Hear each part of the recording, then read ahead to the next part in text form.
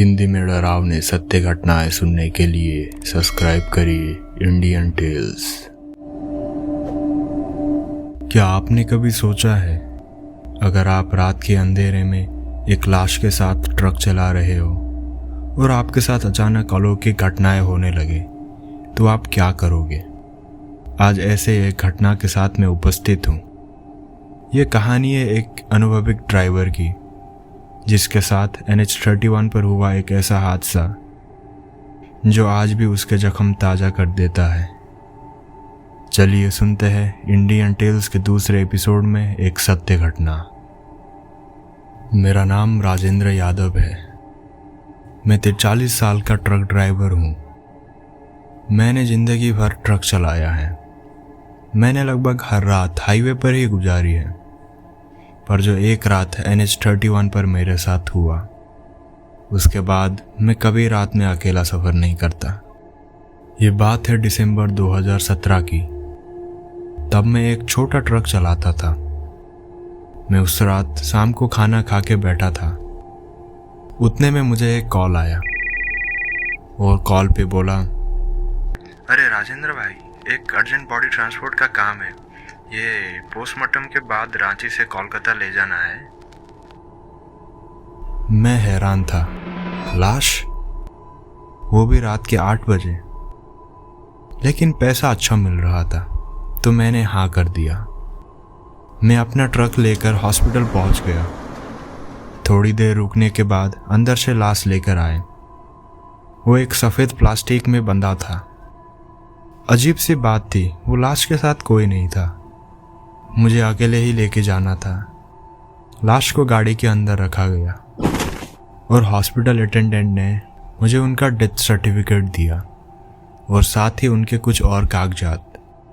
जब मैं उनसे वो सब ले रहा था, उन्होंने मुझे कहा, काफ़ी अजीब केस था ये, सावधानी से जाइएगा।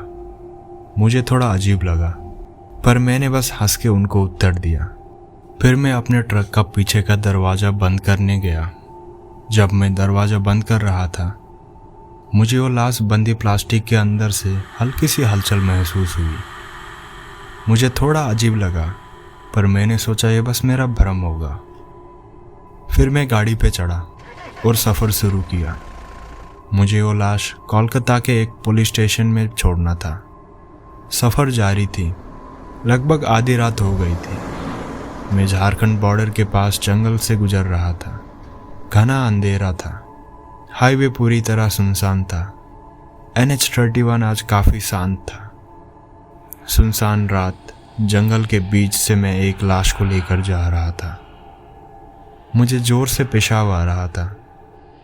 थोड़ी दूर जाके मैं एक जगह रुका। मैं हल्का होने के लिए गाड़ी से उतरा और ट्रक से थोड़ा आगे जाके हल्का होने लगा।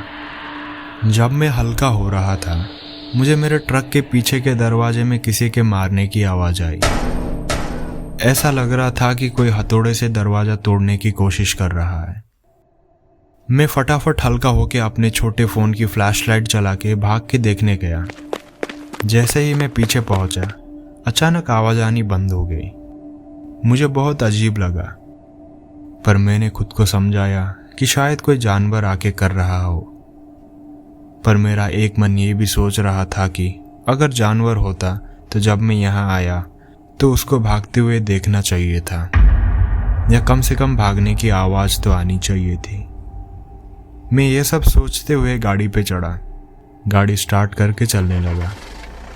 अभी भी जंगल का ही रास्ता था और काफ़ी सन्नाटा था। रोड खाली ही थी, तो मैं गाड़ी तेज रफ्तार में भगा रहा था। मन में अजीब सा डर था और दिमाग में हज़ारों बातें चल रही थी।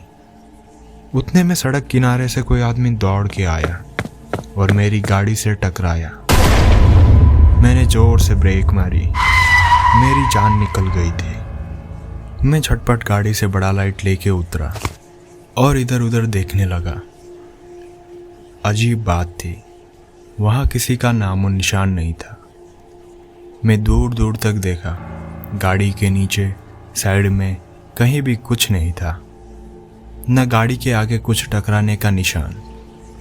पर मुझे अच्छे से याद था, कोई दौड़ के आगे आके गाड़ी से टकराया था। मैं इधर उधर ही देख रहा था कि उतने में ही पास जंगल से किसी मर्द के जोर से चिल्लाने की आवाज़ सुनाई दी। काफ़ी भयानक और दर्दनाक आवाज़ थी। इससे पहले कि मैं कुछ समझता, उससे पहले जिस दिशा से आवाज़ आ रही थी वहाँ से कुछ आती हुई रोशनी दिखी। बहुत तेज़ी से आ रही थी वो। जब मैंने उस रोशनी का स्रोत देखा, मेरी रूह कांप गई। एक आदमी आग में जलते हुए भाग रहा था। वो इतनी ज़ोर से चिल्लाते हुए भाग के आ रहा था मेरी तरफ कि मैं कुछ कर पाऊँ उससे पहले ही वो मेरे पास आके मुझसे टकराया। मैं ज़ोर से चिल्लाया और पीछे ट्रक पे जाके ज़ोर से टकराया। मेरा दिमाग घूम रहा था। उतने में मुझे मेरा ट्रक के अंदर से कोई दौड़ने की आवाज़ आई, पर दरवाज़ा तो बाहर से ताला लगाया हुआ था। मुझे कुछ समझ नहीं आ रहा था। मुझे बस अपने आगे मौत नज़र आ रही थी। फिर मैंने सोचा कि शायद मैं खुद को अभी भी बचा सकता हूँ। मैं जल्दी से गाड़ी पे चढ़ा और गाड़ी स्टार्ट की और इतनी ज़ोर से एक्सेलरेटर दबाया कि गाड़ी बहुत तेज़ भागने लगी। मैं उस सर्दी के मौसम में भी पसीना पसीना हो गया था। मुझे ऐसा एहसास हो रहा था कि मैं आया ही क्यों आज। गाड़ी बहुत तेज़ भाग रही थी। मेरा दिमाग नम हो गया था। अचानक मुझे मेरी बगल से मुझे बुलाने की हल्की आवाज़ आई, राजेंद्र, राजेंद्र। और जैसे मैंने अपनी बाईं तरफ देखा, उसके बाद तो मेरी जान ही निकल गई। मेरी बाईं सीट में एक आदमी बैठा था, पर वो आदमी पूरा जला हुआ था। ना उसका चेहरा पहचान में आ रहा था, ना उसने कुछ कपड़े पहने थे। उससे धुआं उठ रहा था और जल के पूरा काला हो गया था। और वो मुझसे बोलने लगा, मैं लौटना चाहता हूँ, मुझे वापस आना है। और उसने मेरा हाथ पकड़ा। इतना गर्म हाथ, ऐसा लगा कि मेरा हाथ किसी ने आग पे रखा हो। उसके बाद मैंने ब्रेक लगाया या नहीं लगाया, या स्टीयरिंग घुमाया या नहीं घुमाया, कुछ याद नहीं। जब मैं उठा, मैं हॉस्पिटल में था। सर पर गहरी चोट थी और दिल में अभी भी उतना ही डर।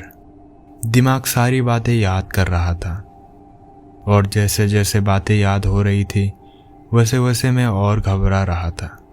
और मुझे याद आया कि उसने मेरा हाथ पकड़ा था और मुझे हाथ जलने का एहसास हुआ था। मैं वो सब महज एक सपना है या हकीकत, उसमें अंतर नहीं कर पा रहा था। तो मैंने फटाफट अपना हाथ देखा। वो देख के मैं बहुत डर गया। मेरे हाथ में जलने के निशान थे और निशान किसी हाथ के थे। डॉक्टर ने आके थोड़ा चेकअप किया। फिर पुलिस आई और मुझसे घटना के बारे में पूछने लगी। मैंने सब बताया। फिर पुलिस ने एक अजीब बात बताई। मेरी ट्रक हाईवे के किनारे के पेड़ में टकराए हुए मिला था।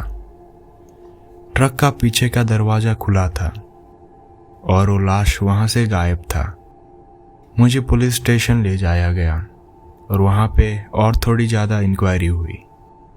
2 दिन के तलाश के बाद वही जंगल के बीच में वो लाश पुलिस को मिली, पर वो लाश प्लास्टिक के कवर से बाहर थी।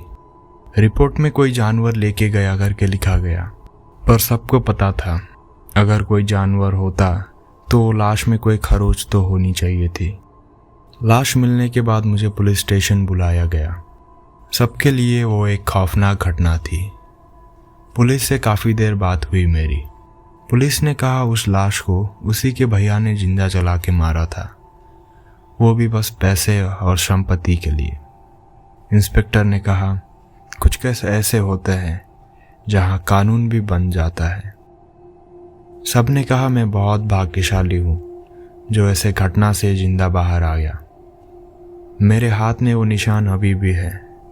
वो निशान मुझे उस रात की याद दिलाती है जिसके बाद मुझे एक नया जीवन मिला है। उसके बाद मैं कभी अकेले रात को सफ़र नहीं करता और लाश का ट्रांसपोर्ट तो बंद ही कर दिया।